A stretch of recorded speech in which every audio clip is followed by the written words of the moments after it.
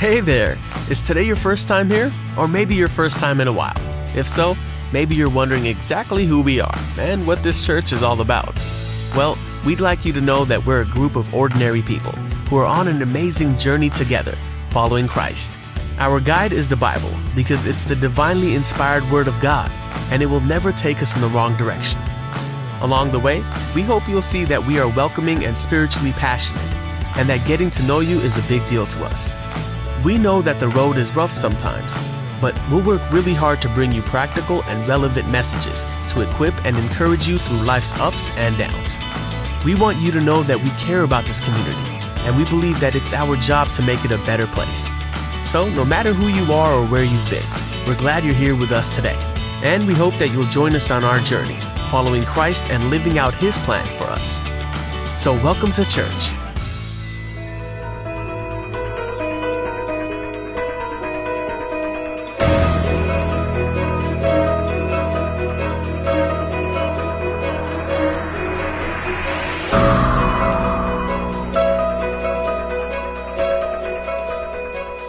Praise the Lord. प्रभु का धन्यवाद हो कि प्रभु ने एक बार फिर हमें यह मौका दिया कि हम आपस में एक दूसरे से बातचीत कर सकते हैं। उसका धन्यवाद देते हैं कि उसने बीते सप्ताह में हमें सुरक्षित रखा। और इससे पहले कि हम अपनी आराधना सभा शुरू करें, हम परमेश्वर को धन्यवाद देना चाहते हैं और धन्यवाद की प्रार्थना हम करेंगे। आइए हम प्रार्थना करते हैं। पिता परमेश्वर, हम तुझे धन्यवाद देते हैं तमाम तेरी उन आशीषों के लिए जो तूने हम पर बीते सप्ताह में उंडेली हैं। तूने हमें जीवित रखा है, सुरक्षित रखा है, उसके लिए हम तुझे धन्यवाद देते हैं। धन्यवाद देते हैं पिता परमेश्वर कि तूने हर एक रीति से हमारी सहायता की है और आज के इस दिन तक लेकर आया है कि हम एक बार फिर तेरी उपस्थिति में जमा हैं, तेरी आराधना, तेरी स्तुति के लिए। तुझसे विनती करते हैं प्रभु, आज के दिन जो कुछ भी तू हमसे बातचीत करना चाहता है, हमारे कानों को खोल, हमारे हृदयों को तैयार कर, ताकि जो कुछ तू कहे हम उसको ग्रहण कर सकें। साथ ही साथ अपने लिए प्रार्थना करता हूँ प्रभु, मेरे होठों का अपनी वेदी के अंगारे से छूकर अभिषेक कर, ताकि होठ तो मेरे हों लेकिन बोल तेरे हों, ताकि प्रभु हम सब उसके द्वारा आशीषित हों। और अब जबकि हम आराधना के लिए जाते हैं, हम अपने आराधना दल के अगुए पास्टर एल्विस को और पूरे आराधना दल को हम तेरे हाथों में सौंपते हैं। पवित्र आत्मा तेरी अगुवाई चाहते हैं और तुझसे विनती करते हैं, उन्हें एक ऐसा अभिषेक दे कि वो हमारी अगुवाई एक ऐसी अभिषेक आराधना के द्वारा कर सकें कि हम सब जो दर्शक हैं, जो श्रोता हैं, हम आत्मा में स्वतंत्र हों और तुझसे मेल हो सके हमारा। इसी विश्वास के साथ कि तू हमारी सहायता करेगा, हमारी अगुवाई करेगा, हम सब कुछ तेरे हाथों में सौंप कर इस विनती को धन्यवाद और विश्वास के साथ यीशु नाम से मांगते हैं, आमीन। अब आगे का समय है कि हम आराधना में चलेंगे, तो आगे का समय मैं पास्टर एल्विस और उनकी टीम को देना चाहूँगा।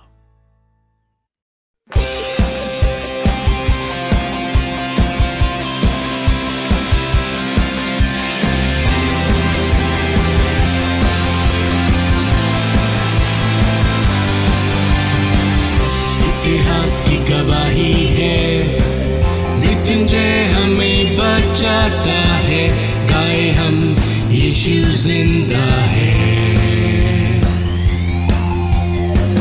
क्रूस खाली कब्र की तूने लाई आनंद जिंदगी, सीखे हम यीशु जिंदा है, जिंदा है।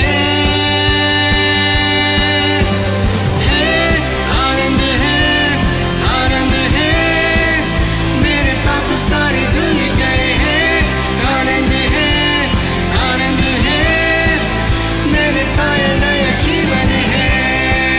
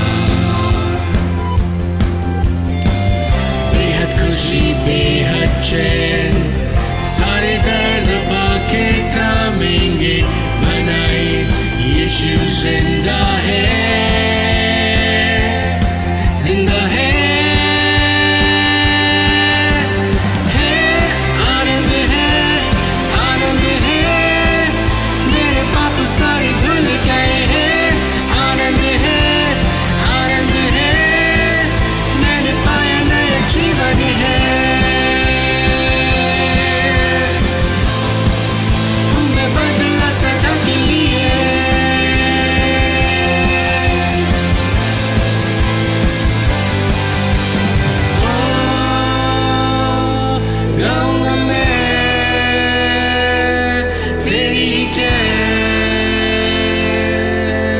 जो तूने चुराया मुझे हो गम में, तेरी जय।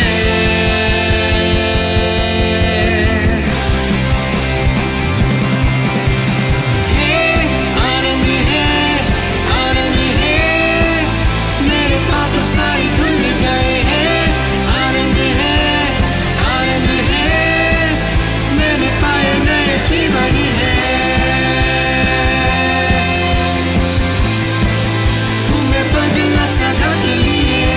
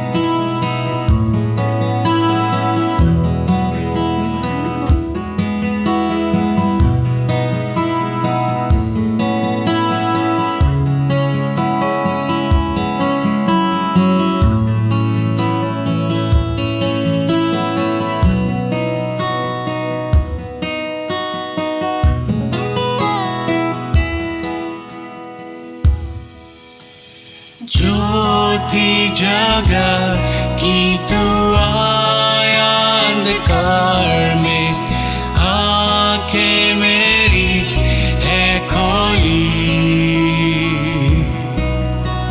सुंदरता देख दिल से सराहूं, आशा मेरी है तू ही। आराधना मैं करूं तुझे धन्यवाद, कहता हूँ मैं दिल से तू मेरा प्रभु। तू ही अति सुंदर, आदर के तू योग्य, तू ही अद्भुत है मेरे प्रभु।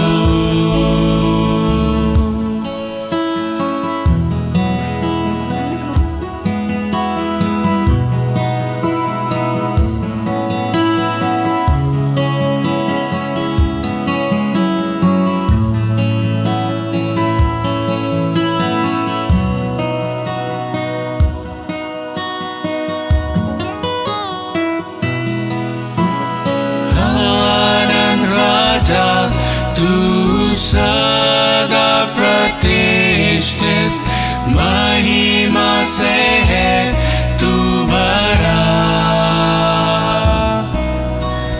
नम्र होके आ या तू मध्य हमारे, प्रेम से भरा दिल तेरा। आराधना मैं करूं तुझे धन्यवाद, कहता हूँ मैं दिल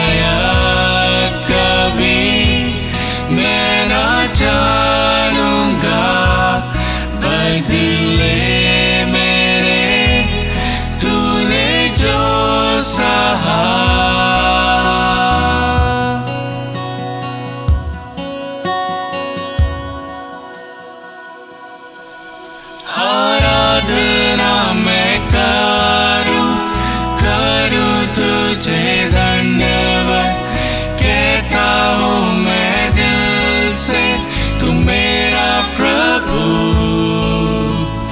तू ही अति सुंदर, आदर के तू योग्य, तू ही अद्भुत है मेरे प्रभु।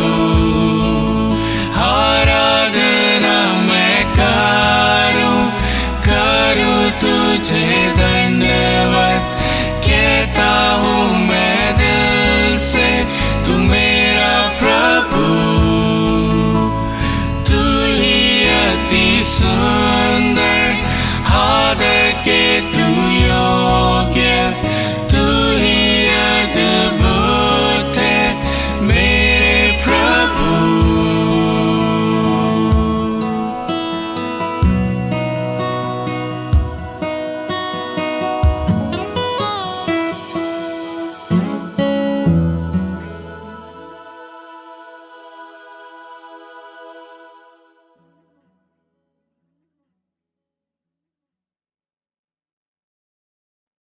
Praise Lord. प्रभु का धन्यवाद हो इस सुंदर आराधना के लिए।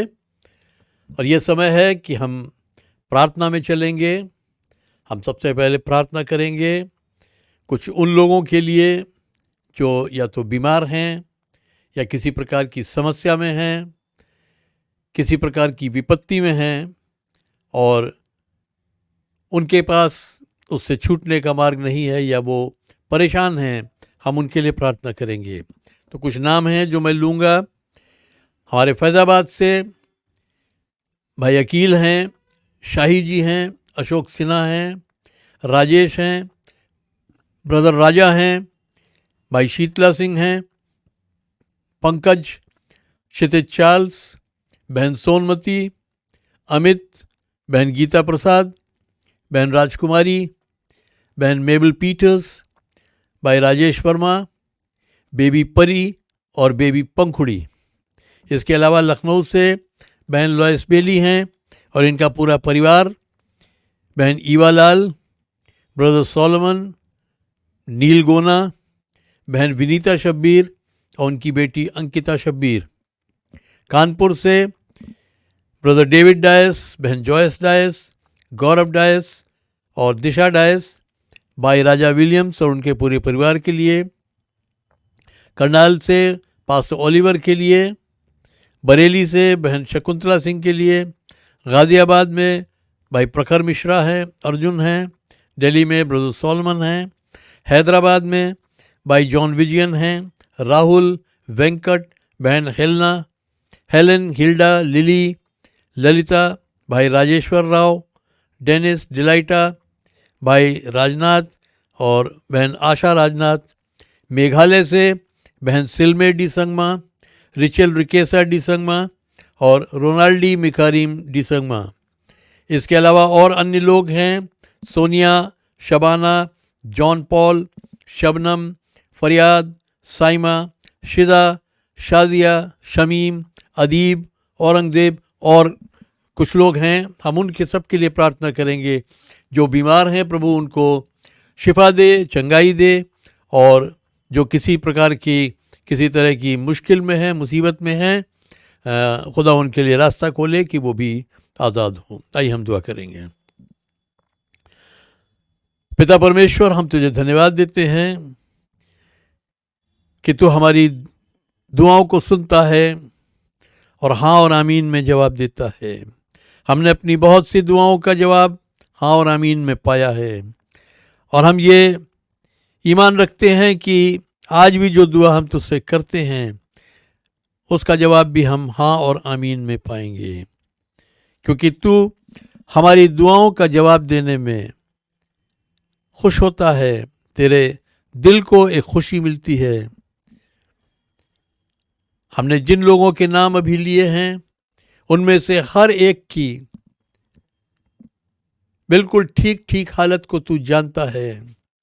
कौन बीमार है, किस बीमारी से वो परेशान है, किस हाल में है, किसकी ज़िंदगी में कौन सी मुश्किल है, कौन सी ऐसी समस्या है जो दूर नहीं हो रही है, सब कुछ तुझे मालूम है। हमारी तुझसे विनती है, अपनी सामर्थ उंडेल, अपनी क़ुव्वत उंडेल, अपने फरिश्तों को तू हुक्म दे कि वो इनकी ज़िंदगियों में काम करें और इनकी मुश्किलों से इनको निकालें। इनकी आंखों को खोल कि ये उस राह को देख सकें जो तूने इनके लिए तैयार की है।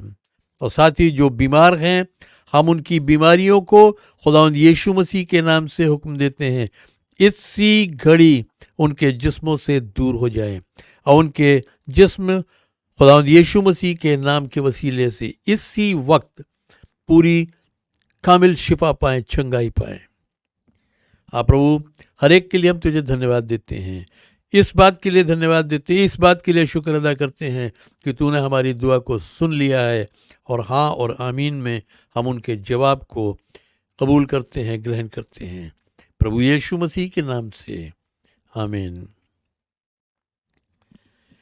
इसके अलावा हम दुआ करेंगे उन लोगों के लिए जो इस हफ्ते में अपना जन्मदिन मना रहे हैं या शादी की सालगिरह मना रहे हैं।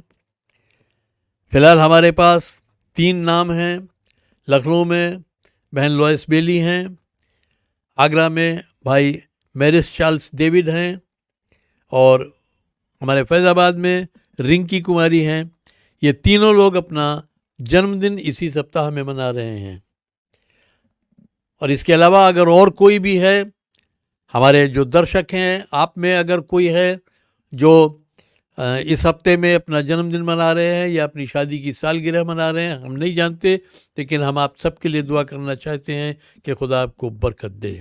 आइए हम दुआ करेंगे। बाप आसमानी, हम तेरा शुक्र अदा करते हैं कि तू हमारी ज़िंदगी में, हमारे जीवन में हर एक पल में तू हमें सुरक्षित रखता है और ये तेरी महाकरुणा का फल है कि ये लोग जिनके हमने अभी नाम लिए, ये अपनी ज़िंदगी के एक नए साल में दाखिल होने को हैं। हमारी तुझसे विनती है, इस नए साल में इनको नई बरकतों से भर, नई आशीषों से इनको परिपूर्ण कर।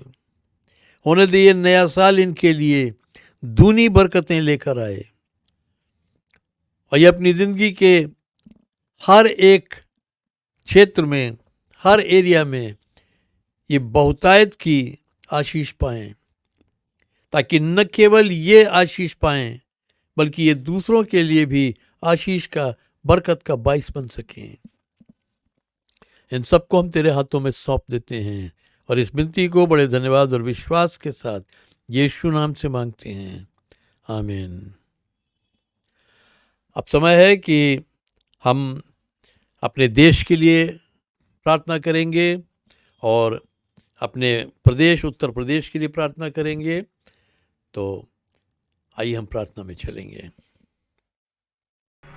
सर्वशक्तिमान पिता परमेश्वर, हम इस महान देश के राष्ट्रपति श्री रामनाथ कोविंद के लिए प्रार्थना करते हैं। हम प्रार्थना करते हैं कि तेरी दया, तेरा अनुग्रह उन पर बना रहे, तेरा सामर्थी हाथ उन पर बना रहे और आप उनकी सहायता करें कि विभिन्नता के इस देश में वे एकता का एक प्रतीक बन सकें। हम प्रार्थना करते हैं पिता कि वे इस देश पर एक उत्तम साख व ईमानदारी से सुशासन के लिए अगुओं को बुद्धि से परिपूर्ण होकर परामर्श दे सकें। प्यारे प्रभु जी, हम धन्यवाद देते हैं हमारे देश के प्रधानमंत्री श्री नरेंद्र मोदी जी के लिए और हम प्रार्थना करते हैं कि आप इस देश में सुशासन व प्रगति के लिए लाई गई उनकी योजनाओं को सफलता दें कि वो 135 करोड़ विभिन्न भाषाई, धार्मिक, सामाजिक व आर्थिक पृष्ठभूमि के लोगों के साथ कार्य कर सकें। इस कारण इस देश को एक नई ऊंचाई तक ले जाने के लिए उन्हें स्वर्गीय बुद्धिमत्ता, आत्मिक व मानसिक बल मिल सके। हाँ पिता, इस देश की अगुवाई करने के लिए आप उन्हें एक उत्तम स्वास्थ्य और शारीरिक बल और मानसिक तत्परता और दृढ़ता प्रदान करें। हम सारे यूनियन कैबिनेट तथा विभिन्न मंत्रालयों के मंत्रियों के लिए भी प्रार्थना करते हैं। उन सभी को बुद्धि, बल व उत्तम स्वास्थ्य प्रदान करें। पिता होने दे कि वे सभी इस देश को आगे बढ़ाने के लिए एक दर्शन के साथ एकता में कार्य कर सके, अग्रसित हों। प्रभु हमारा तुझसे निवेदन यह है कि हमारे देश के सांसदों पर भी तेरा हाथ हो, ताकि वे सभी माननीय सांसद सदस्य अपने अपने निर्वाचन क्षेत्र का विकास उचित रीति से कर सके तथा भारतवासियों के जीवन को सुखमय बना सके। वे भारत के लोगों की भलाई के लिए देश के गरीब व जरूरतमंद लोगों की मदद कर सके। उनको दृष्टि में रखते हुए प्रभु सही कानून बना सकें। प्रभु यीशु, हम भारत की न्यायपालिका के लिए भी प्रार्थना करते हैं। सर्वप्रथम सर्वोच्च न्यायालय के मुख्य न्यायाधीश श्री BN रमन्ना के लिए प्रार्थना करते हैं, जो न्यायपालिका के सर्वोच्च पद पर नियुक्त हैं। वह संपूर्ण राष्ट्र उनसे एक सच्चे न्याय की आशा रखता है। वे इस देश के सभी न्यायालयों में नियुक्त प्रत्येक न्यायाधीश व न्यायिक अधिकारी के लिए प्रभु एक प्रेरणा बन सके। और उन सब के लिए हम प्रार्थना करते हैं कि देश भर के प्रत्येक न्यायालयों में लंबित व दायर सभी वादों व मुकदमों में उचित व खरा न्याय करने के लिए उन्हें स्वर्गीय बुद्धिमत्ता से आशीष व परिपूर्ण करें, ताकि वे अमीर, गरीब, निराश्रित व असहाय सभी लोगों के लिए सभी मुकदमों में सच्चा न्याय सुना सकें, जिससे देश से निर्दोष व मासूम स्वतंत्र हों तथा वास्तविक दोषियों पर धार्मिकतापूर्ण न्याय के साथ दंड की आज्ञा हो सके। प्रभु, हम अपने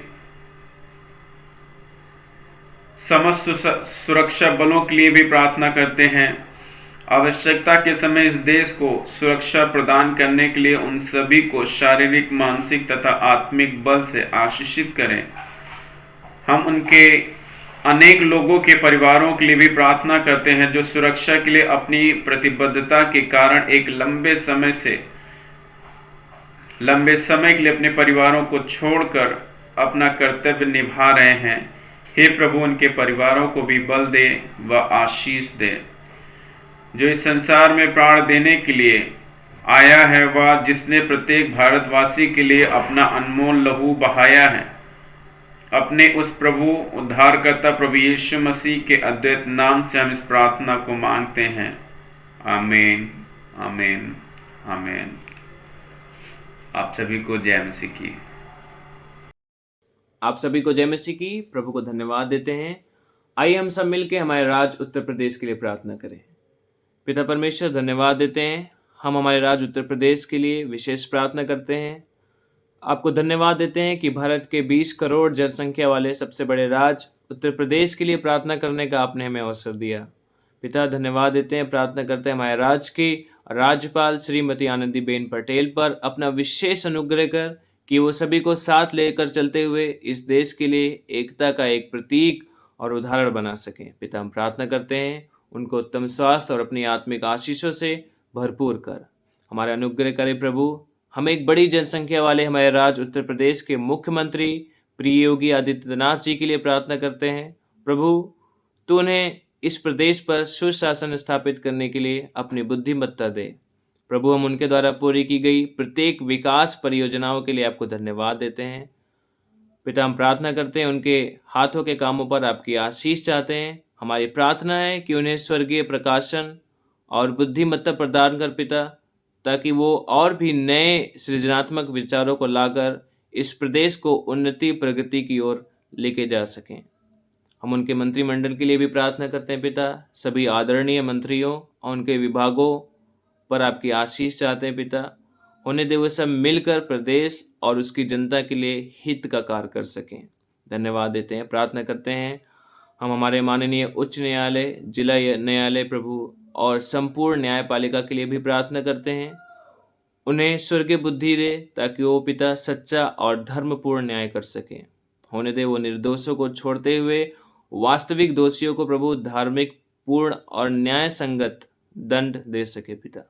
प्रार्थना करते हैं हम उनकी सुरक्षा के लिए और उनके उत्तम स्वास्थ्य के लिए भी आपसे प्रार्थना करते हैं पिता। धन्यवाद देते हैं, प्रार्थना करते हैं प्रभु हमारे सभी विधायकों और मंत्रीगण के लिए प्रार्थना करते हैं, सभी राजनीतिक पार्टियों के लिए, राजनेताओं के लिए पिता और उनके परिवारों के लिए भी प्रार्थना करते हैं प्रभु। होने दे कि वो सभी संयुक्त रूप से प्रदेश के विकास के लिए कार्य कर सके पिता।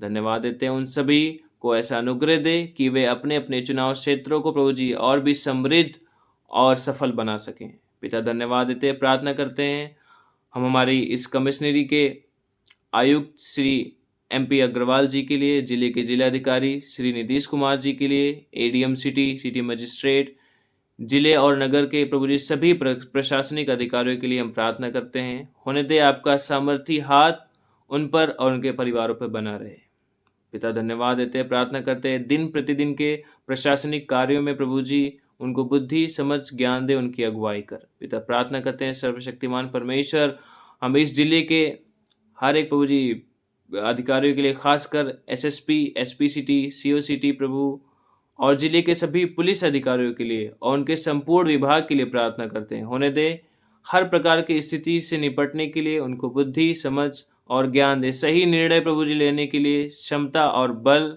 प्रभु जी प्रदान कर, उनको साहस प्रदान कर ताकि वे नगर और जिले की कानून व्यवस्था बनाए रखने के लिए प्रभु जी सभी प्रभु जी कार्यों को सुचारू रूप से कर सकें और सभी मासूमों और निर्दोषों की सुरक्षा कर सके पिता। धन्यवाद, प्रार्थना करते हैं आपकी आशीष को उन पर चाहते हैं पिता। प्रार्थना करते हैं प्रभु हम विशेष रूप से हमारे इस भारत देश, उत्तर प्रदेश और अपने जिले अयोध्या की जनता के लिए पिता हम प्रार्थना करते हैं कि उन पर अपनी कृपा दृष्टि बना प्रभु। कृपा करके प्रभु जी उनकी पीड़ाओं को दूर करे पिता। और हम प्रार्थना करते हैं प्रभु जी उनकी गरीबी और बीमारियों से उनको छुड़ा पिता। धन्यवाद देते हैं, प्रार्थना करते हैं प्रभु जी उनको प्रभु जी अपनी चंगाई प्रदान कर और होने दे पिता जिले, राज्य और पूरे देश के हर एक वर्ग के लोग प्रभु जी एक राष्ट्रीय एकता की भावना में आ सके पिता। हर एक फूट को हमारे देश से पिता दूर कर। प्रार्थना करते हैं प्रभु हम हमारी मातृभूमि भारत के प्रत्येक वर्ग के लोगों के लिए प्रार्थना करते हैं। लोगों पर पूरे देश की जिम्मेदारी को समझने के लिए प्रभु जी आप प्रभु जी अनुग्रह कर। होने दे प्रभु जी लोग प्रभु जी और पूरे देश के लोग मिल के प्रभु जी इस देश की भलाई के लिए एक दूसरे के लिए प्रभु जी कार्य कर सकें। आप पूरे देश को आशीष कर पिता। होने दे प्रभु कि हमारा एक देश प्रभु जी भारत देश जीवते परमेश्वर के नाम से जाना जाए और होने दे आपकी राज आए, आपकी महिमा इस देश में चमक सके। धन्यवाद देते हैं आपने हमारी प्रार्थनाओं को सुना। हम हर एक विनती दुआ को हमारे उद्धारकर्ता प्रभु यीशु मसीह के नाम से मांगते हैं, आमीन।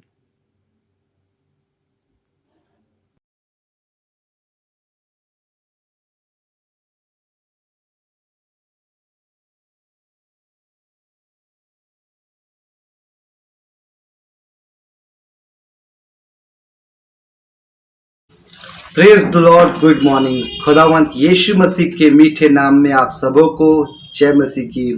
मैं ये विश्वास करता हूँ कि अभी आराधना के दौरान हम में से हर एक व्यक्ति ने खुदा की उपस्थिति को महसूस किया है और सच में मैं परमेश्वर का शुक्रगुजार करता हूँ कि खुदा ने ये मौका दिया कि आप सबों को मैं खुदा के कलाम से उत्साहित कर सकूँ। ये समय है भेंट और दशवांश के विषय में बात करने का। तो मेरे प्रियो, कई बार हम विश्वासियों के जीवन में हमारे मन में एक सवाल उठता है कि हमारा आत्मिक जीवन बहुत अच्छा चल रहा है, हम प्रार्थना में, वचन में, दुआ में, हर एक चीज़ में बढ़ रहे हैं, लेकिन फिर भी कुछ बातें हैं या कुछ आशीषें हैं जिनके लिए हम बराबर प्रार्थना कर रहे हैं, परमेश्वर से मांग रहे हैं, लेकिन वो पूरी नहीं हो रही है। तो मैं आज इसी विषय में आपको बताना चाहता हूँ कि ऐसा क्यों होता है। कई बार हम प्रार्थना बराबर कर रहे हैं लेकिन कुछ चीज़ें हैं, कुछ आशीषें हैं जो हम मांग रहे हैं परमेश्वर से, वो हमको मिल नहीं रही हैं। इसका बस एक छोटा सा रीज़न है कि हम परमेश्वर के भवन में खुदा के भवन में परमेश्वर के जो भेंट होती है, जो दशवांश होते हैं, वो ईमानदारी से नहीं दे रहे हैं। और जब तक हम खुदा को दशवांश या भेंट ईमानदारी से नहीं देंगे, शायद वो आशीष हमें कभी नहीं मिलेंगी। और इसी के विषय में मैं बाइबल में एक छोटा सा दृष्टांत लिखा हुआ है, वो आपके सामने पढ़ना चाहता हूँ। वो लिखा है मरकुस की इंजील, उसका 12 अध्याय और उसके पद 41 से लेकर 44 तक, जहाँ कुछ इस प्रकार लिखा हुआ है कि यीशु मसीह मंदिर के बाहर बैठा होता है और वो देखता है कि बहुत ज़्यादा संख्या में लोग आ रहे हैं और उस जो दान पात्र मंदिर के सामने रखा, वहाँ लोग अपनी अपनी भेंटें चढ़ा रहे हैं। और वहाँ वचन कुछ इस प्रकार कहता है कि बड़े बड़े धनवान आ रहे थे और उस पात्र में कुछ ना कुछ डाल रहे थे। और यीशु मसीह भी, खुदा का बेटा भी वहाँ पे बैठ के हर एक व्यक्ति को देख रहा था। और यीशु मसीह वहाँ बैठ के किसी की तारीफ नहीं करता है, किसी की बढ़ाई नहीं करता है। अगर वो तारीफ करता है तो एक विधवा की, जी हाँ, वो तारीफ करता है एक विधवा की, जो आती है और 2 दमड़ी यानी कि जो कुछ उसके पास था ईमानदारी से वो परमेश्वर के भवन में डालती है। मेरे प्रिय, हमारे साथ भी कई बार ऐसा ही होता है कि हमारे पास, हम सोचते हैं कि हमसे अच्छा तो ये है, हमसे अच्छी भेंट वो दे रहा है या ये कर रहा है वो कर रहा है, मैं इसके सामने कुछ नहीं हूँ। और क्या पता परमेश्वर मेरी भेंट को ग्रहण करेगा या नहीं करेगा, क्या पता परमेश्वर जो मैं बोल रहा हूँ परमेश्वर उसको ग्रहण करेगा नहीं करेगा। याद रखिए, आप छोटा बोते हैं, अगर आप विश्वास के साथ बोते हैं तो परमेश्वर उस भेंट को देखता है।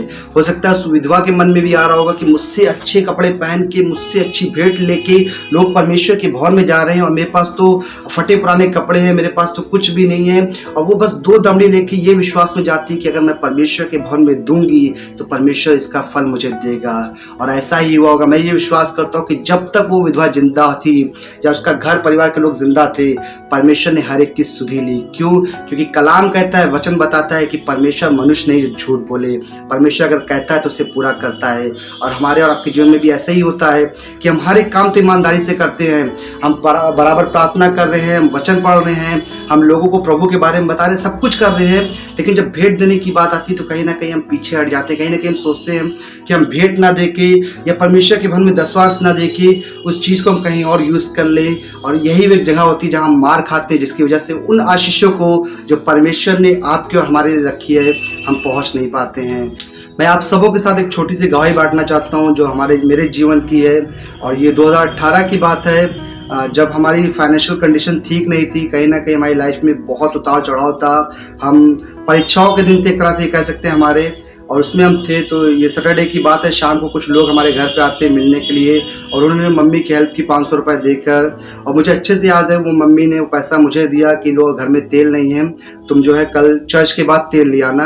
और मैं उस 500 रुपये को लेकर चर्च में गया। कहीं ना कहीं सच में परमेश्वर की एक योजना मेरे जीवन में किस तरह काम करती है मैं आपको बताना चाह रहा हूँ। कि वो पैसे को लेकर मैं बैठा था और हमारे पासबान इसी अध्याय से, इसी जगह से प्रचार कर रहे थे कि उस विधवा ने अपनी पूरी जीविका डाल दी, यानी जो कुछ उसके पास था अपना बेस्ट उसने परमेश्वर के राज में दिया और परमेश्वर ने उसकी सुधि ली। कहीं ना कहीं इस वचन ने मुझे छुआ और मेरे मन में भी पवित्र आत्मा ने ये कहा कि तुम भी अपना बेस्ट दो। आप और यकीन नहीं करोगे, मेरे पास उस समय मेरे साथ बेस्ट वही था। फिर भी मैंने खुदा के कलाम पे विश्वास किया, परमेश्वर पे विश्वास किया और मैंने उठा के डाल दिया। मैंने ये नहीं सोचा कि अब शाम को तेल कहाँ से आएगा, मैं क्या करूँगा क्या नहीं करूँगा। बस मैंने इतना सोचा कि अगर मम्मी पूछती हैं कि जो तेल लिया तो मैं उनको ईमानदारी से बता दूंगा कि मैंने वो परमेश्वर के भवन में दे दिया। और हम संडे को घर आते हैं, कुछ नहीं, मम्मी पूछती, कुछ नहीं होता है, हम नॉर्मल रहते हैं। फिर मंडे की सुबह क्या होता है, मेरे पास एक कॉल आता है एक मेरे फ्रेंड का, बोलता है प्रीतम कहाँ हो? मैं बोलता हूँ घर पे। वो कहता तुम बस स्टॉप चले जाओ, मैंने ताने कुछ सामान भेजा है। और मैं भी सोचता हो सकता है कुछ होगा। मैं वहाँ जाता हूँ तो देखता हूँ एक बड़ी बोरी जो है वहाँ पर आई होती है। मैं उसे बाइक पे रखता हूँ, मैं और मेरा फ्रेंड रहते हैं, उसे घर पे लेके आते हैं। और रास्ते भर मेरे दिमाग में ये चल रहा है कि इसमें क्या होगा क्या होगा क्या होगा। और मैं उसे घर के अंदर भी नहीं लेके आता हूँ, मैं बस जस्ट उसे बाहर रखता हूँ, उसे खोलता हूँ, मैं देखता हूँ उसमें 5-5 लीटर के 2 तेल के डिब्बे और करीब 3-4 तरह की दालें, मसाले, मतलब हर एक चीज़ें शायद जो उस समय हमारे घर की ज़रूरत थी खुदा ने पूरी की। और सच में मैंने परमेश्वर का धन्यवाद दिया कि वाकई परमेश्वर किस तरह से काम करता है। तो मेरे प्रिय, मेरे कहने का बस इतना ही मतलब है, जब हम ईमानदारी से और परमेश्वर पे विश्वास करके, चाहे वो छोटा हो चाहे वो बड़ा हो, हम परमेश्वर पे विश्वास करके खुदा के भवन में, खुदा के सम्मुख लेके जाते हैं तो परमेश्वर उसका 100 गुना फसल हमें देता है। क्योंकि बाइबल भी इसके विषय में कहती है कि जिस समय पूरे देश में अकाल पड़ा हुआ था, उस समय केवल इसहाक इकलौता ऐसा इंसान था जो 100 गुना फसल काट रहा था। तो हमारा परमेश्वर जीवित परमेश्वर, हमारा परमेश्वर देखता है, हमारा परमेश्वर सुनता है कि आप क्या बोल रहे हो, किस हृदय से बोल रहे हो, आपका मन कैसा है। और जब आप परमेश्वर के राज में बोलते हो तो परमेश्वर इसका 100 गुना आपको देता है। तो मैं ये उम्मीद करता हूँ कि आज के वचन से आपने आशीष पाई है। खुदा आप सबको आशीष दे, आपको अपने कलाम में, अपने वचनों में बढ़ाए। आप सबों को जय मसीह की।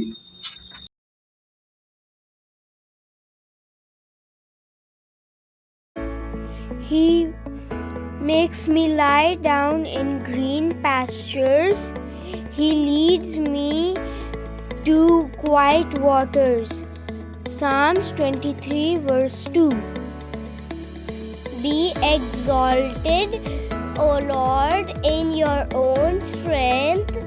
We will sing and praise your power. अपनी मार्ग की चिंता यहोवा पर छोड़ दो और उस पर भरोसा रखो, क्योंकि वह पूरा करेगा। मनुष्य का बैल खाना फंदा हो जाता है, परंतु जो यहोवा पर भरोसा रखता है उसका स्थान ऊंचा किया जाएगा। नीति वचन 29:25। मैं तुझे स्वर्ग के राज्य की कुंजियां दूंगा, और जो कुछ तुम पृथ्वी पर बांधोगे वह स्वर्ग में बंधेगा, और जो कुछ तुम पृथ्वी पर खोलोगे वह स्वर्ग में खुलेगा। मत्ती 19:16। Praise the Lord, everyone. Now the Bible verse. I will praise you, Lord, with all my heart. Psalms 138 verse 1. ये समय होगा कि हम संडे स्कूल के बच्चों के लिए एक साथ मिलकर प्रार्थना करें। धन्यवाद करते प्रेम पिता परमेश्वर सुंदर दिन के लिए प्रभु। धन्यवाद करते सुंदर समय के लिए। विशेष प्रार्थना करते इन बच्चों के लिए प्रभु, जो कुछ भी पद इन्होंने सुनाए प्रभु, जी उन्हें दीजिए परमेश्वर। ये उन पे चले परमेश्वर पिता, बहुत तेरों के लिए आशीष का कारण बन सके प्रभु जी। अपने जीवन में सर्वप्रथम स्थान आपको दे खुदावन प्रभु। हम प्रार्थना करते हैं परमेश्वर, इस महामारी में प्रभु हर एक को बचाए रखिए प्रभु, हर एक वायरस से परमेश्वर पिता। इनको ज्ञान बुद्धि दीजिए प्रभु, ताकि परमेश्वर ये हर एक क्षेत्र में परमेश्वर आगे बढ़ सके प्रभु जी। और परमेश्वर इनके हृदय में प्रभु आपका प्रेम हो परमेश्वर पिता जी। उन्हें दीजिए परमेश्वर पिता, इनके जीवन में आज्ञाकारिता हो परमेश्वर पिता। हम धन्यवाद करते हैं, इन बच्चों को आपके हाथों में सौंपते हैं, आगे के समय को आपके हाथों में देते हुए इस प्रार्थना विनती को अपने उद्धारकर्ता परमेश्वर मसीह के नाम से मांगते हैं, आमीन। Praise the Lord. आपने आराधना का आनंद उठाया, आपने बच्चों के मुंह से बाइबल के पद सुने, आपने अभी एक संक्षिप्त संदेश सुना जो हमारी आराधना के दूसरे चरण के लिए था। तो मैं आशा करता हूँ, मैं उम्मीद करता हूँ कि इन सब से आपने आशीष पाई है। और अब समय है कि हम अपने जो मुख्य वचन है हम उसकी ओर चलेंगे। तो आइए हम देखते हैं लूका रचित सुसमाचार उसका 6 अध्याय, उसके 6 पद से 11 पद तक। लूका 6 उसकी 6 आयत से 11वीं आयत तक। यहाँ लिखा है, और ऐसा ही एक और शब्द के दिन हुआ कि वो एक आराधनालय में गया और उपदेश देने लगा। और वहाँ एक मनुष्य था जिसका दाहिना हाथ सूखा हुआ था, और शास्त्री और फरीसी उस पर दृष्टि लगाए थे, यानी प्रभु यीशु मसीह पर, कि वो सब्त के दिन चंगाई देगा या नहीं, ताकि उन्हें उसके ऊपर दोष लगाने का एक अवसर मिले। किंतु वो उनके विचार जान गया और उस व्यक्ति से जिसका हाथ सूखा हुआ था कहा, उठ और यहाँ बीच में खड़ा हो जा। और वो उठा और बीच में खड़ा हो गया। तब यीशु ने उनसे कहा, मैं तुमसे एक बात पूछूंगा, क्या ये व्यवस्था के अनुसार है कि सब्त के दिन भलाई की जाए या ये कि बुराई की जाए, जीवन बचाया जाए या उसे नाश किया जाए? और उन सब पर दृष्टि डालते हुए उस व्यक्ति से कहा, अपना हाथ बढ़ा। और उसने ऐसा ही किया और उसका हाथ दूसरे हाथ के समान स्वस्थ हो गया, चंगा हो गया। और वे उन्माद से भर गए, यानी आपे से बाहर हो गए, और आपस में एक दूसरे से मंत्रणा करने लगे कि वे यीशु के साथ क्या करें। यहां हम देखते हैं यीशु मसीह सब्त के दिन, यानी जो विश्राम का दिन था, उस दिन वो आराधनालय में है। आराधनालय में वो लोगों को उपदेश देता है, लोगों को सिखाता है, लोगों को तालीम देता है, और वहाँ पे शास्त्री और फरीसी ये भी मौजूद हैं। शास्त्री यानी जो लॉ डॉक्टर्स थे, और फरीसी ये सब एक प्रकार के अगुए थे, ये वहाँ मौजूद हैं। और इन्होंने देखा कि वहाँ यीशु मसीह है, और वहाँ एक आदमी ऐसा भी है जिसका हाथ सूखा हुआ है। इनकी नज़र सिर्फ इस एक बात पर थी कि देखें यीशु इस व्यक्ति को, इस शख्स को आज शिफा देता है, चंगाई देता है या नहीं। क्योंकि व्यवस्था के अनुसार, शरीयत के मुताबिक सब्त के दिन यानी विश्राम के दिन कोई काम करना मना था। वो विश्राम का दिन था, और वो यही चाहते थे, ये शास्त्री और फरीसी जो एक प्रकार के अगुए थे, वो यही चाहते थे कि वो किसी न किसी बहाने से यीशु के ऊपर कोई इल्ज़ाम रख सके, कोई दोष लगा सके। और वो इतने ज़्यादा रूढ़िवादी थे, कट्टरपंथी थे, कि वो उनका कहना यह था कि इस दिन आप कोई काम नहीं करेंगे। और हमेशा उनकी निगाह ये रहती थी कि वो किसको दोष देने के लिए पा जाएं। और यीशु मसीह के खिलाफ तो ख़ास तौर से उनकी निगाहें हमेशा टिकी हुई थी कि उस पर वो किसी भी तरह से इल्ज़ाम रखने का मौका ढूंढ रहे थे। और वही लिखा है कि वो सब्त के दिन चंगाई देगा या नहीं, इसी पर उनकी नज़र लगी हुई थी, ताकि उसके ऊपर दोष लगाने का उन्हें एक मौका मिल जाए। और यीशु मसीह ने उनके विचार को जान लिया और उस व्यक्ति को उसने चंगाई दे दी। लेकिन उससे पहले उसने एक सवाल किया कि क्या शरीयत के मुताबिक क्या सही है, व्यवस्था के अनुसार क्या ठीक है, भलाई करना या बुराई करना, जिंदगी देना या जिंदगी को बर्बाद करना, क्या ठीक है, क्या उचित है, क्या वाजिब है। इसका जवाब उन्होंने नहीं दिया। लेकिन यीशु मसीह ने उस व्यक्ति को, उस शख्स को वहीं चंगा किया, और वो पूरी रीति से चंगा हो गया। और ये देखकर ये जो शास्त्री और फरीसी थे, ये आग बबूला हो गए, ये आपे से बाहर हो गए बिल्कुल। इनके अंदर एक तरह का उन्माद भर गया, एक जुनून भर गया कि वो यीशु का क्या कर डालें।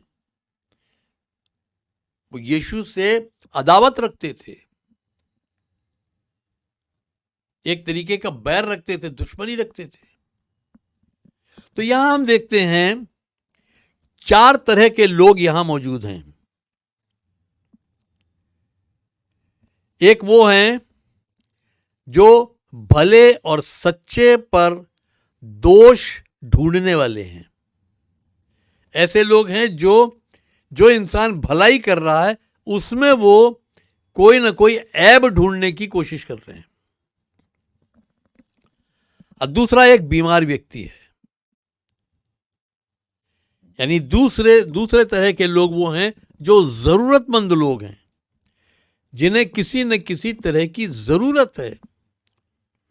और तीसरा प्रभु यीशु मसीह है, यानी वो शख्स है जो भलाई करने वाला है, जो हर हाल में भलाई करना जानता है और करना चाहता है।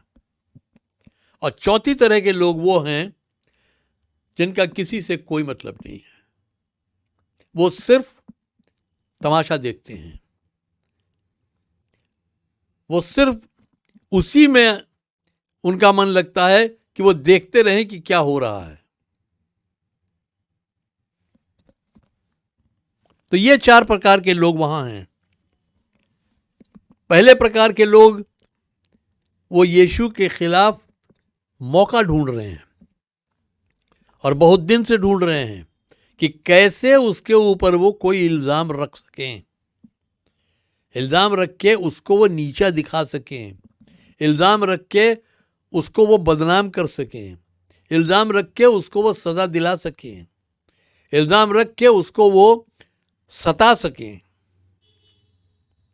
एक भी मौका वो चाहते हैं कि एक मौका मिल जाए और उस मौके का फ़ायदा उठा के वो उसके खिलाफ जो चाहे अपनी पूरी भड़ास निकाल लें, लेकिन उनको वो मौका नहीं मिल रहा है। आज एक मसीही के जीवन में, एक विश्वासी के जीवन में, एक क्रिश्चियन की जिंदगी में ऐसे लम्हे बराबर आते हैं। बराबर आपको अपनी जिंदगी में इस तरह की चुनौतियां मिलेंगी, इस तरह के चैलेंजेस मिलेंगे। आप भलाई करना चाहते हैं,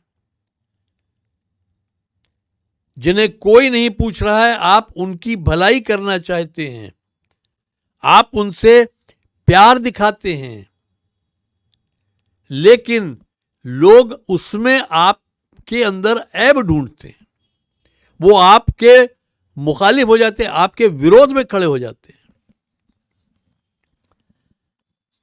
आप जरूरतमंदों की मदद करना चाहते हैं, लेकिन लोग आपके खिलाफ खड़े हो जाते हैं।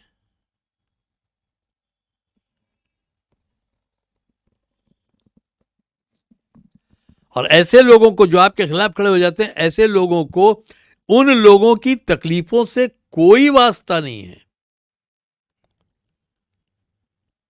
ये आदमी बरसों बरस से तकलीफ में है, लेकिन शायद ही इन शास्त्रियों और फरीसियों ने कभी उससे पूछा हो कि भाई तू कैसा है, तू अपना इलाज क्यों नहीं करा लेता, या उसके इलाज के लिए उसकी कोई मदद की हो।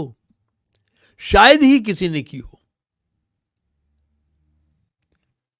बल्कि उस वक्त तो लोग ये मानते थे अगर ये बीमार है तो जरूर इसने कोई गुनाह किया है,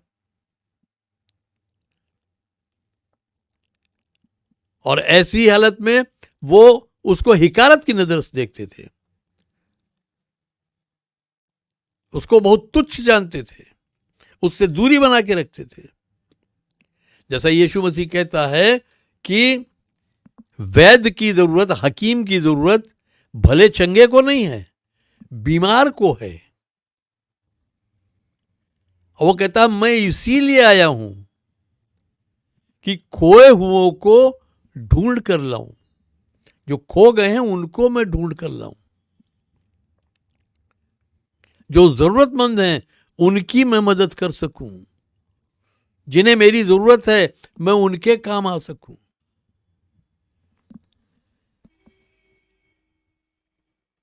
तो ऐसे लोग, किसी की परेशानी से उन्हें कोई तकलीफ नहीं होती है, लेकिन हां, अगर आपने उनके साथ भलाई की और वो तरक्की कर गए और उन्होंने चंगाई पा ली या उन्होंने विश्राम पा लिया, तो उनको तकलीफ हो जाती है कि ऐसा क्यों हो गया। जैसे कहावत है कि आज की इस दुनिया में बहुत से लोग ऐसे हैं जो अपनी तकलीफ से उतनी तकलीफ नहीं उन्हें जितना उन्हें दूसरे के सुख से तकलीफ हो जाती है। अपने दुख से उतना दुखी नहीं जितना वो दूसरे के सुख से दुखी हो जाते हैं। ये एक प्रकार से ईर्ष्या को दिखाता है, जलन को दिखाता है, लोगों में एक दूसरे के लिए जलन है। लोगों में परमेश्वर यानी खुदा की तरफ से किए गए काम के लिए जलन है कि ऐसा क्यों। और ये लोग जो थे, क्योंकि ये अपने आप को बड़ा समझते थे और लोगों पर हुकूमत जताते थे, लोगों पर अपनी सुप्रीमेसी दिखाते थे, अपना बड़प्पन दिखाते थे। और जब यीशु मसीह ऐसे ऐसे काम कर रहा है कि वो बीमारों को चंगा कर रहा है, वो अंधों की आंखें खोल दे रहा है, बहरों को सुनने की ताकत दे रहा है, गूंगों को बोलने की ताकत दे रहा है, लंगड़ों को चलने की ताकत दे रहा है, कोढ़ियों को शुद्ध कर दे रहा है, सूखे हाथ वाले को उसने चंगा कर दिया, मुर्दों को जिला दिया। तो जब ये सब कुछ हो रहा है तो इनकी जलन और बढ़ गई। और उसका एक जो बहुत मुख्य कारण है, बहुत खास वजह जो है वो ये है कि अगुए तो ये थे, ये लीडर कहलाते थे, ये गुरु कहलाते थे, लेकिन इनके जरिए ऐसा कोई काम नहीं हो पाता था। क्योंकि इनके जरिए ऐसा कोई काम नहीं हो पाता था, इसलिए इनको जलन थी कि यीशु के जरिए ऐसे काम क्यों हो रहे हैं। और अगर आप आज अपने चारों तरफ नजर दौड़ाएं तो बहुत हद तक हमारी और आपकी स्थिति भी वही है कि अगर परमेश्वर हमारे बीच में कार्य करता है तो उससे कुछ लोगों को तकलीफ हो जाती है, हमारे मुखालिफ बढ़ जाते हैं, हमारे विरोधी बढ़ जाते हैं।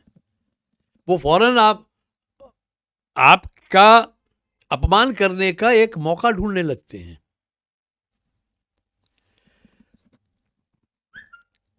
तो एक तो वो हुआ जो परमेश्वर के काम से बैर रखता है, यानी जिसको किसी की भलाई से कोई मतलब नहीं है, वो हर भले आदमी में ऐब ढूंढने वाला व्यक्ति है। दूसरा वो है जो जरूरतमंद है। और आज इस दुनिया में आप देखें तो हर शख्स जरूरतमंद है, हर एक को जरूरत है। आज आप इस संसार में, इस दुनिया में अगर पूछें कि कौन है जिसके पास एक सिद्ध शांति है, कोई नहीं मिलेगा। शांति नहीं है लोगों के पास, लोगों के पास तसल्ली नहीं है।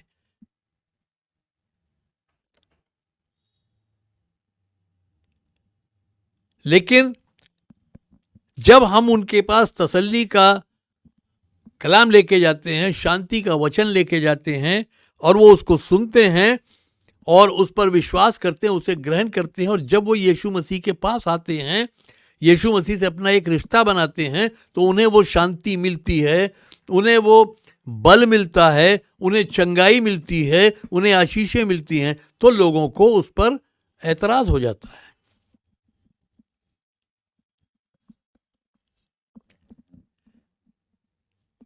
तीसरा वो व्यक्ति है जो हमेशा दूसरे की मदद करने के लिए तैयार है, यानी यीशु मसीह के लिए यहां हम देखते हैं यीशु मसीह तब था वो काम कर रहा था, और आज यीशु मसीह ने मुझे और आपको उस काम के लिए रखा है। आपको भी उसी नक्शे कदम पर चलना है जो यीशु मसीह ने हमें दिखाया है। जैसे यूहन्ना 13:15 में यीशु मसीह कहता है कि मैंने तुम्हें एक नमूना दे दिया है। तो जो नमूना उसने दिया है उस नमूने पर हमको चलना है। और जो प्रेम उसने हमारे हृदय में उंडेला है वो हमें विवश करता है कि हम जरूरतमंद की मदद करें, चाहे वो हमारा दुश्मन ही क्यों ना हो, लेकिन हम उसकी भी मदद करने के लिए तैयार हैं। हम उससे भी मोहब्बत रखते हैं, वो हमसे दुश्मनी रखे लेकिन हम उससे मोहब्बत रखते हैं। और चौथे वो लोग हैं जो सिर्फ तमाशा देखते हैं, और ऐसे लोग आपको बहुत मिलेंगे, बहुत मिलेंगे। जो बड़ा जिसको कहना चाहिए बड़ा मन लगा के ऐसी परिस्थितियों को देखते हैं कि देखें अब क्या होता है, देखें अब क्या होता है, देखें अब क्या होगा।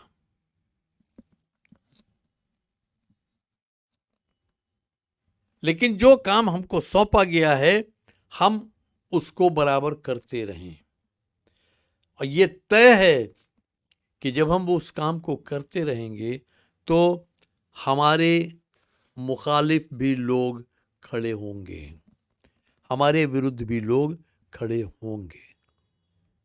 यीशु मसीह कहता है अगर उन्होंने मुझे ग्रहण किया है तो तुम्हें भी करेंगे, और अगर मुझे सताया है तो तुम्हें भी सताएंगे, अगर मुझसे नफरत की है तो तुमसे भी नफरत करेंगे।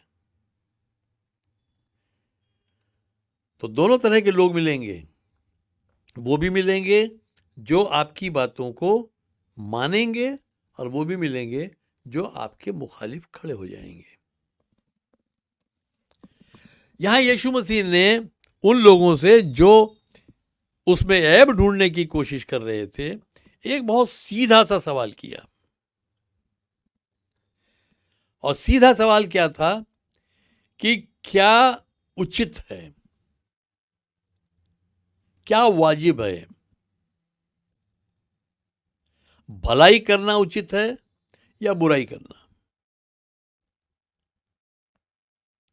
जिंदगी बचाना बेहतर है या जिंदगी को बर्बाद कर देना बेहतर है।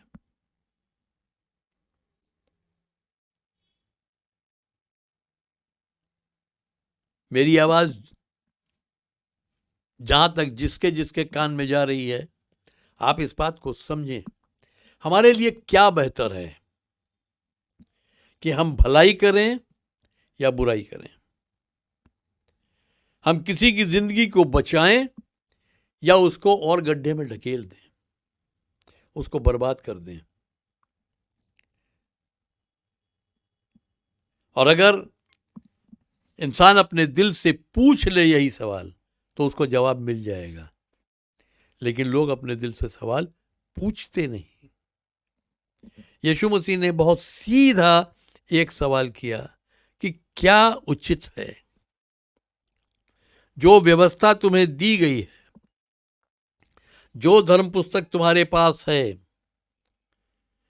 जिस धर्म पुस्तक के अनुसार तुम चलते हो, उसमें जो कुछ तुम्हें आचरण बताया गया है उसके अनुसार उचित क्या है, भलाई करना या बुराई करना, किसी की जिंदगी बचाना या किसी की जिंदगी नरक कर देना,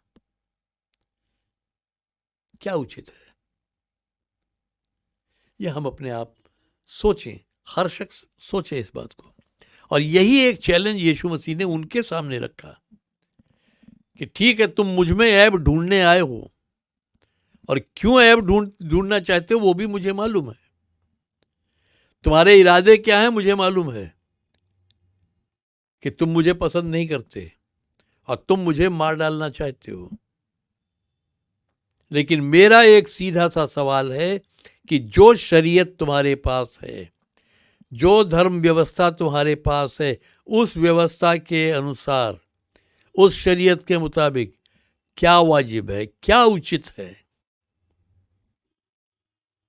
भलाई करना या बुराई करना, जिंदगी बचाना या जिंदगी बर्बाद करना। जैसा मैंने कहा, बहुत से लोग ऐसे हैं कि उनको इस बात से परेशानी हो जाती है कि किसी दूसरे के साथ भलाई क्यों हो रही है।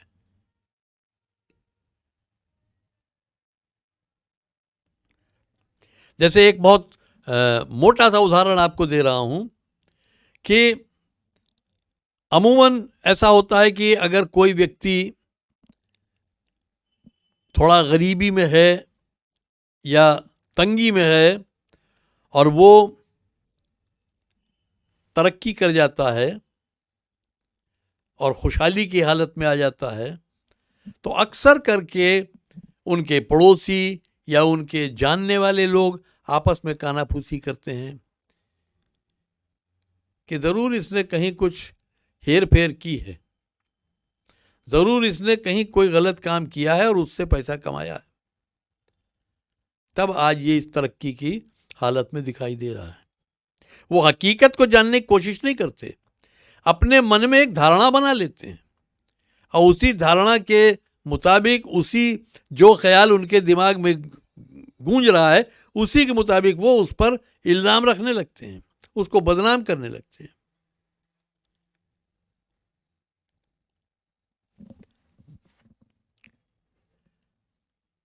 शास्त्री और फरीसी ये अपने को बड़ा ज्ञानी समझते थे, धर्मी समझते थे, लेकिन आज तक ऐसा नहीं हुआ था कि इनकी प्रार्थना से एक भी मरीज चंगा हो गया हो, इनके दुआ करने से एक शख्स का भी बुखार उतर गया हो, क्योंकि ये वो काम करते ही नहीं थे। ये तो लंबे लंबे चोगे पहनते थे और अपने को बहुत खास लोग गिनते थे कि हम बहुत खास लोग हैं। और वो ये जानते थे कि यीशु मसीह के पास जो सामर्थ्य, जो कुव्वत है, वो उनके पास नहीं है। और यही जलन का कारण था। जलन की वजह यही थी कि जो कुव्वत, जो सामर्थ्य यीशु मसीह के पास है, वो उनके पास नहीं थी। जो काम यीशु मसीह कर रहा है वो नहीं कर पा रहे हैं। जो भलाई, जो नेकी यीशु मसीह कर रहा है, उन्होंने नहीं की कभी। जिस अधिकार से, जिस इख्तियार से यीशु मसीह बीमारी को डांटता और बीमारी चली जाती है, वो ऐसा नहीं कर पाते। यही जलन है उनको। एक तरह से कहें तो उनको अपनी दुकान बंद होती हुई दिख रही है, इसलिए वो यीशु मसीह का विरोध कर रहे हैं। तो उनकी यही ईर्ष्या, यही जलन उसकी खास वजह थी। और आज भी यही एक बहुत बड़ी वजह है मसीहियों का विरोध, उनकी मुखालफत की।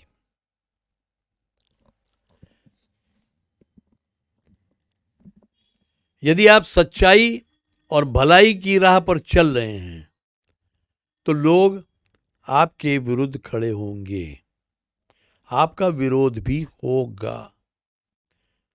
दूसरा तीमुथियुस 3:12 में पौलुस ने बिल्कुल साफ साफ लिखा है। क्या लिखा है? हाँ, और जितने मसीह यीशु में भक्तिपूर्ण जीवन बिताएंगे वे सताए जाएंगे।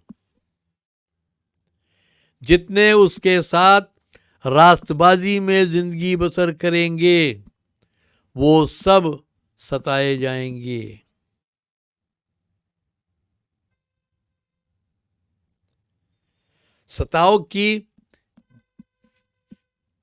सताव का यही एक मतलब नहीं है कि उनको घर से बेघर कर दिया जाएगा या उनका सामान घर से निकाल फेंक दिया जाएगा या उनको मारा पीटा जाएगा या उनकी हत्या कर दी जाएगी। नहीं, सताव कई तरह का है। जहां भी लोग आपके खिलाफ खड़े होते हैं वो सताव है, और वो किस हद तक है ये परिस्थितियों पर डिपेंड करता है।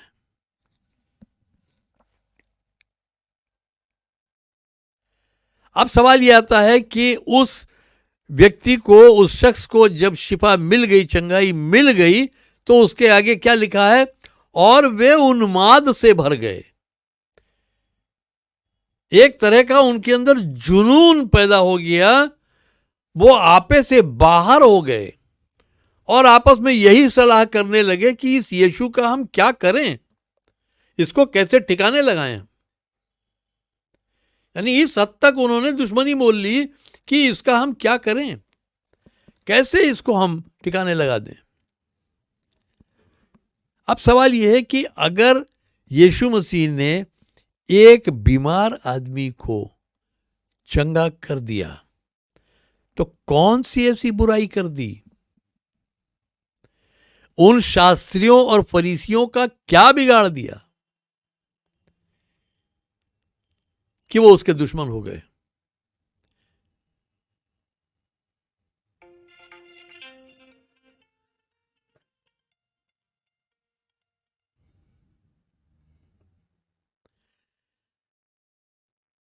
तो उस बीमार को जब चंगाई मिल गई तो कोई भी ऐसी वजह नहीं थी जिसकी वजह से यीशु मसीह पर लोगों को गुस्सा आए। गुस्सा करने का कोई वहां मतलब नहीं था, कोई वजह नहीं थी कि गुस्सा किया जाए। लेकिन ये लोग यीशु मसीह से गुस्सा हुए, यीशु मसीह पर इन्होंने गुस्सा किया। अब सवाल ये आता है कि उस शख्स को चंगाई की जरूरत थी, उस शख्स को शिफा की जरूरत थी, वो जरूरतमंद इंसान था, और उस जरूरतमंद की अगर जरूरत को पूरा किया गया तो क्या गलत किया गया?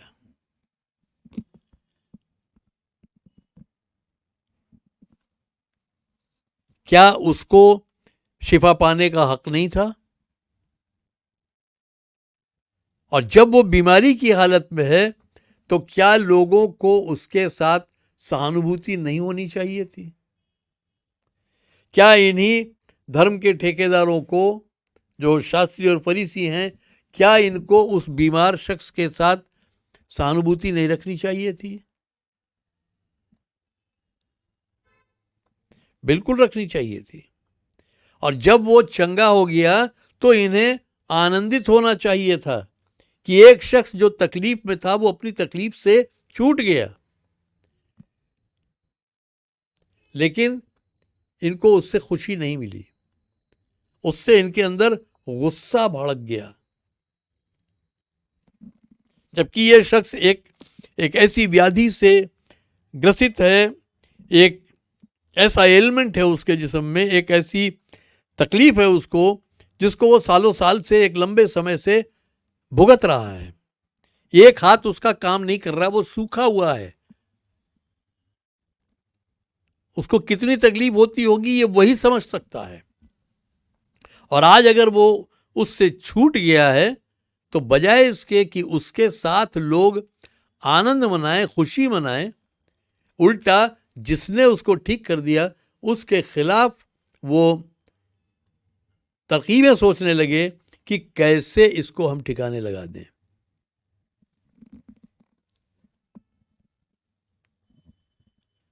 तो मेरे भाइयों, सुनने वाले हर एक शख्स से मेरी यही गुजारिश है, यही कहना है मेरा, आपकी ज़िंदगी में भी ऐसे लम्हे आएंगे, ऐसे पल आएंगे। आप भलाई करेंगे लेकिन पलट कर आपको हो सकता है बुराई मिलेगी, क्योंकि हर समाज में इस चार तरह के लोग होते हैं। आज अगर आप अपने चारों ओर देखिए तो ये चार कैटेगरी के लोग आपको मिलेंगे। एक वो हैं जो भले इंसानों में ऐब ढूंढते हैं, दूसरे वो हैं जो तकलीफ में हैं, जो ज़रूरतमंद हैं, तीसरे आप हैं कि आप उनकी भलाई के लिए काम करें, और चौथे वो हैं जिन्हें उन तीनों से कोई मतलब नहीं है। वो सिर्फ तमाशबीन हैं, वो तमाशा देखेंगे और कुछ नहीं करेंगे। तो जैसा मैंने बताया कि पौलुस ने लिखा है कि जितने यीशु मसीह के साथ भक्तिपूर्ण जीवन बिताएंगे वो सब सताए जाएंगे, यानी उनका विरोध होगा। कम होगा, ज़्यादा होगा, कैसे होगा, कैसे नहीं होगा, ये परिस्थितियों पर डिपेंड करता है, लेकिन विरोध सबको झेलना पड़ेगा। हमने भी झेला है और शायद आपने भी झेला होगा, आगे भी झेलेंगे, क्योंकि अगर हम देखें तो इंसान को बिगाड़ने और बर्बाद करने वाला जो है, जिसको हम शैतान कहते हैं, इब्लीस कहते हैं, जो परमेश्वर का विरोधी है, वो है जो इंसान को बर्बाद करने पर तुला है कि जैसे पाए वैसे बर्बाद करे। तो अगर हम किसी इंसान की मदद करते हैं और उसको हम बेहतरी की ओर ले जाते हैं तो उस शैतान को ये कतई गवारा नहीं होता, उसको ये अच्छा नहीं लगता, वो उससे खुश नहीं होता और वो लोगों को आपके खिलाफ भड़काता है, वो लोगों को आपके खिलाफ उभारता है। जो आपके विरोध में खड़े होते हैं वो अपनी मर्जी से नहीं होते, वो उस दुष्ट शक्ति के द्वारा प्रेरित किए जाते हैं, तब वो आपके विरुद्ध खड़े होते हैं। वरना उनको आपसे क्या दुश्मनी है, आपने उनका क्या बिगाड़ा है। लेकिन वो आपके साथ रहते हुए भी आपके विरोध में खड़े हो जाएंगे। उसी आराधनालय में वो शास्त्री और फरीसी भी हैं, उसी आराधनालय में वो जरूरतमंद व्यक्ति भी है, उसी आराधनालय में यीशु मसीह भी है और उसी आराधनालय में वो लोग भी हैं जिनको किसी से कोई उनसियत नहीं, कोई वास्ता नहीं है, कोई मतलब नहीं है।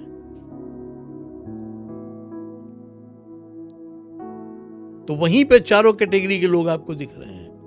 तो जिंदगी में हर जगह आपको ये चार कैटेगरी के लोग मिलेंगे, जिसमें एक कैटेगरी वो है जो भलाई करने वाली है और आपको उस कैटेगरी में गिने जाने की जरूरत है।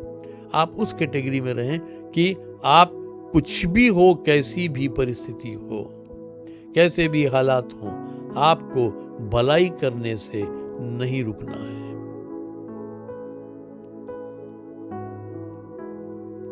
बाइबल बताती है कि भले कामों में एक दूसरे से बढ़ चलो।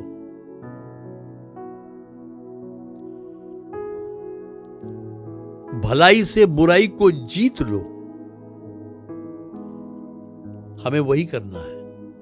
भले कामों में हम एक दूसरे से आगे बढ़ के करें और भलाई से बुराई को जीतें। बुराई को बुराई से नहीं जीता जा सकता, बुराई को सिर्फ और सिर्फ भलाई से जीता जा सकता है। मत भूलिए कि मेरी और आपकी नजात के लिए, मेरी और आपकी शिफा के लिए, मेरे और आपके उद्धार और चंगाई के लिए यीशु मसीह ने बहुत बड़ा सताव झेला है। यानी उस सताव का हम अंदाज भी नहीं लगा सकते, वो उसने हमारे लिए झेला है।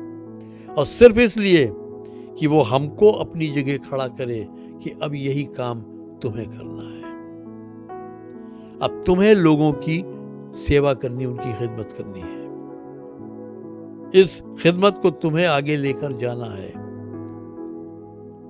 लोगों के साथ भलाई करनी है। यीशु मसीह अपने चेलों से कहता है, जाओ बीमारों को चंगा करो, दुष्ट आत्माओं को निकालो, कोढ़ियों को शुद्ध करो, मुर्दों को जिलाओ। तुमने मुफ्त पाया है, मुफ्त दो।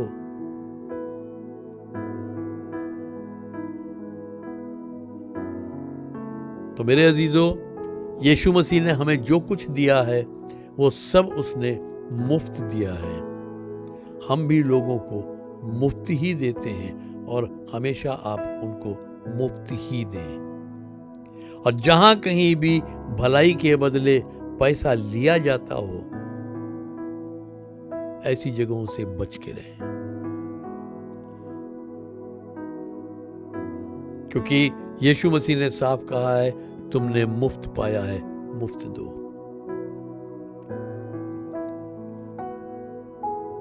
तो खुदा आप सबको बरकत दे, आप सबको आशीष दे, ताकि हम अपनी जिंदगी में आगे को भलाई करते हुए आगे चलते रहें और किसी भी तरह हम भलाई करने से अपने पांव को न रोकें, अपने हाथ को न खींचें। जो सेवा, जो खिदमत यीशु मसीह ने हमें दी है, हम उसको आगे लेकर चलें और उसको पूरा करें। परमेश्वर आप सबको आशीष दे। आइए हम प्रार्थना करेंगे। पिता परमेश्वर, हम तुझे धन्यवाद देते हैं कि तूने हमें इस संसार में चुन लिया, कि अपनी सेवा तूने हमें सौंपी है, कि हम भलाई के मार्ग पर चलें, नेकी की राहों पर चलें, जरूरतमंदों की मदद के लिए हम आगे आएं।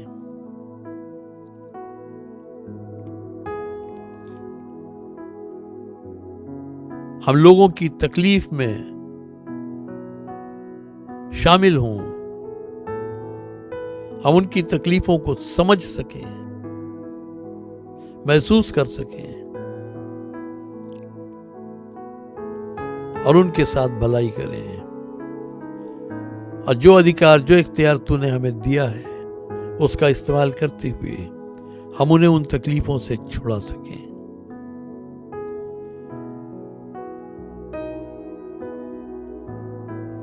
हमारा ऐसा अभिषेक कर, हमें इस तरह से अनॉइंट कर कि हम इस काम को बखूबी कर सकें,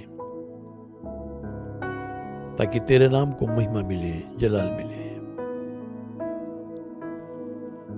आज के दिन हमें अपनी महिमा के लिए, अपने जलाल के लिए इस्तेमाल करना है, ताकि हम आज के दिन जो कुछ भी करते हैं वो सब कुछ प्रभु यीशु मसीह के नाम को आदर, महिमा और जलाल दे सके।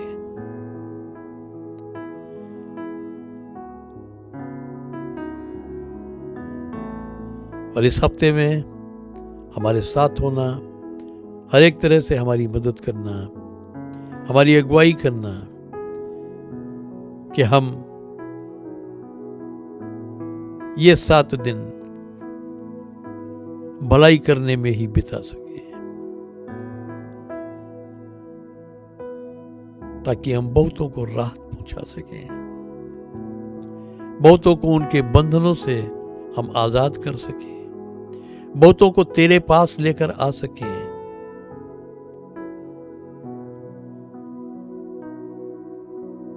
क्योंकि जैसे तू कहता है कि ये सब मेहनत करने वाले और भारी बोझ से दबे लोगों, मेरे पास आओ, मैं तुम्हें आराम दूंगा। हम उन्हें तेरे पास ला सकें, ताकि जिस बोझ से वो दबे हुए हैं, वो अपना वो बोझ तुझ पर डाल दें, क्योंकि तुझे उनकी फिक्र है और तू उन्हें आराम देगा। हमारी मदद कर कि हम ऐसा कर सकें। हर एक सुनने वाले पर, हर एक दर्शक पर तेरी आशीष हो प्रभु। हर एक के जीवन के हर क्षेत्र में तू उनकी सहायता कर। और यदि इन दर्शकों और श्रोताओं में कोई किसी बंधन में है, उसके बंधन को हम प्रभु यीशु मसीह के लहू की सामर्थ और उसके नाम के अधिकार से इसी घड़ी तोड़ देते हैं और उसे हम स्वतंत्र करते हैं, ताकि वो स्वतंत्र हो। सारा आदर महिमा पिता परमेश्वर, प्रभु यीशु मसीह और पवित्र आत्मा हम तुझको देते हैं, और इस विनती को बड़े धन्यवाद और विश्वास के साथ यीशु नाम से मांगते हैं, आमीन। अब हम एक साथ आशीर्वचन बोलेंगे। अब हमारे प्रभु यीशु मसीह का अनुग्रह, परमेश्वर पिता का प्रेम और पवित्र आत्मा की सहभागिता हम सबके साथ अब से सदा तक होती रहे, आमीन। आप सबको बहुत बहुत धन्यवाद। और मैं एक बार फिर आपसे निवेदन करूंगा, यदि आपके पास कोई प्रार्थना का निवेदन है या कोई प्रश्न है या कोई गवाही है तो आप स्क्रीन पर दिए हुए व्हाट्सएप नंबर पे या ईमेल आईडी पे अपना वो सवाल, अपनी वो गवाही या अपना वो निवेदन, प्रार्थना निवेदन आप हमें भेज सकते हैं। ख़ास तौर से अगर आप अपनी गवाही भेजते हैं तो 2 या अधिकतम 3 मिनट का एक वीडियो क्लिप बना के भेजें और हम उस वीडियो क्लिप को अगली सभा में दिखाने की पूरी कोशिश करेंगे। साथ ही साथ हमारे फेसबुक चैनल को आप लाइक करें, शेयर करें, अपने सभी मित्रों में, सभी संबंधियों में, दोस्तों, रिश्तेदारों और जान पहचान वालों में। और हमारे YouTube चैनल को भी अगर आपने अभी तक सब्सक्राइब नहीं किया है तो उसे सब्सक्राइब कर लें, उसको भी आप शेयर करें, लाइक करें।